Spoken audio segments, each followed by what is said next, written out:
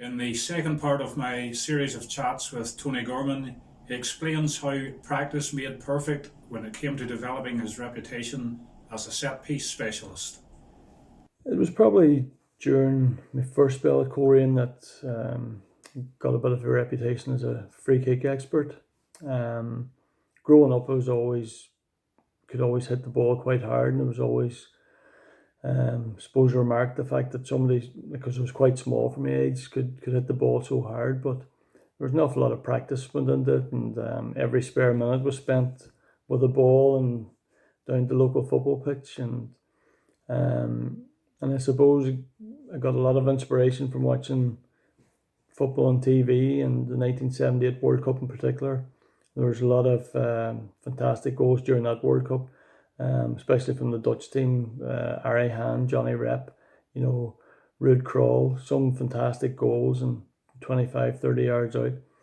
But I was always practicing, even late on in my career. Always had a bag of balls and would go down to the local football pitch and practice free kicks, shooting on the run, corners, always practicing.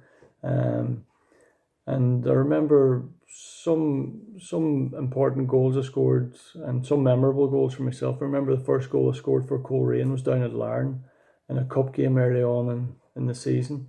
I remember picking the ball up in the middle of the park and driving through and playing a 1-2 with Gary Beckett and just a side foot finish into the corner from about 10, 12 yards. But that was a really important goal because obviously when you're starting off at a new club, you want to hit the ground running. I was lucky enough to get a goal fairly early on.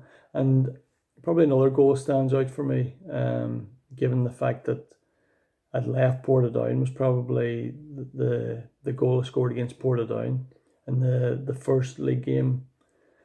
After I left Portadown, it was probably about October time.